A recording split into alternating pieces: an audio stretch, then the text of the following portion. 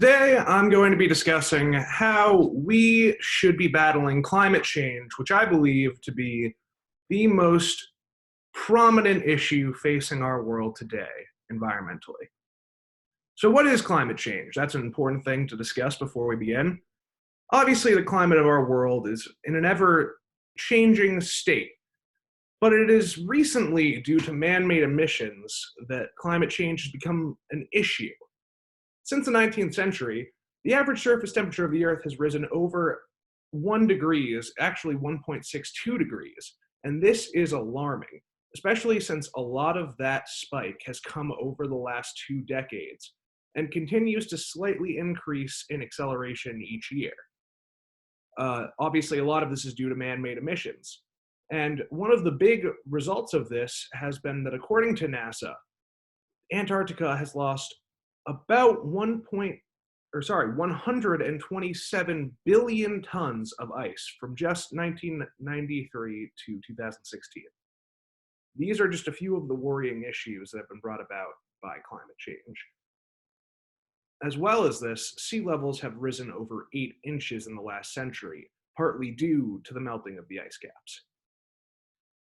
Now, as a result of this, climate change has become a key global and national issue, both politically and economically, and has drawn a lot of activism in the last 2 decades. People like Al Gore, President Barack Obama, and many others in America, as well as people and nations in the Paris Agreement, have been doing all they can to work and fight against climate change and the harm it is doing to our world.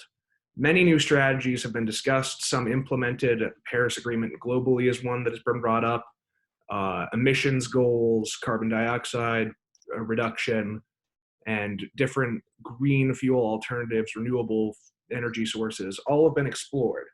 But unfortunately, due to political issues between nations and internally, and money, which drives the world, a lot of these kill many green agendas.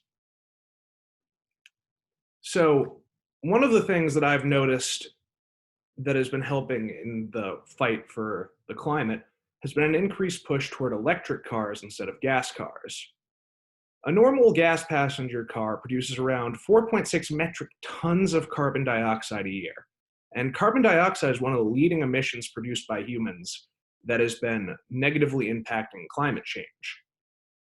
Electric cars have gained a lot of popularity in recent years. There's no longer as much of a stigma around them, and they produce far less emissions, although that obviously varies based off size, make, and model, but they are all far less emission-based than gas-based cars. Now, there are obviously some obstacles getting an electric car. There's a reason not everyone is driving them today. It's not so simple, cut and paste. The cost of it, the availability, things such as charging instead of gassing up, all of these things have to become more readily accessible before electric cars can become the new main. But brands such as Tesla, led by Elon Musk, and others, such as Prius, have done a great job of putting out electric alternatives that are becoming more and more affordable and mainstream. Obviously, when you're making a car, the process of building the car still puts out emissions. But as this process is refined and used through generations, it will become more and more green friendly. Now, more and more is being learned about exactly what impact this will have due to the different types of cars, the different makes, models, and brands, but it is undeniable to say that electric cars are better for the environment than gas cars. So, how to push for this dream scenario? The dream scenario would obviously be for the government to step in and help de-incentivize the production of gas cars over electric cars. Obviously, the automotive industry is not a fan of this push due to the amount of money they make off of gas cars and the cost that would be required to completely overhaul their catalogs and their manufacturing processes. And the government doesn't really incentivize them to do that anyway.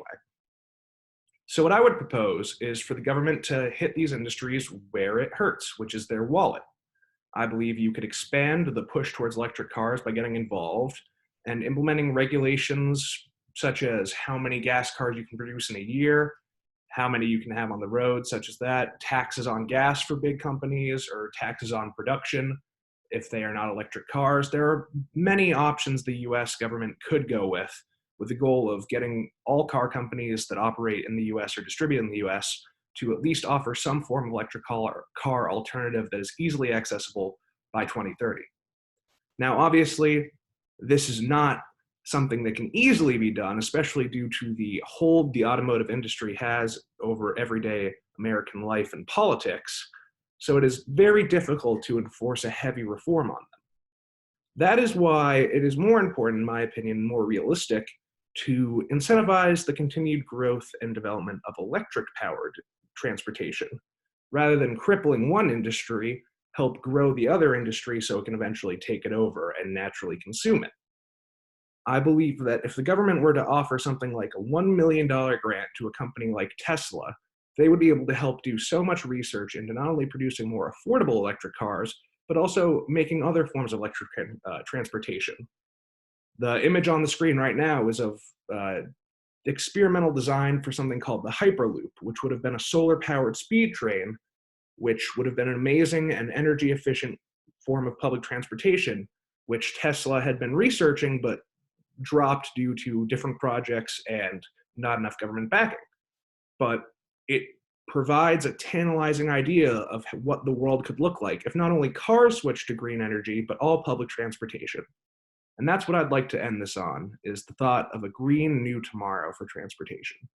Thank you for listening to the slide, and hopefully you're all staying safe and doing well. I've been Matt Petrie, signing off.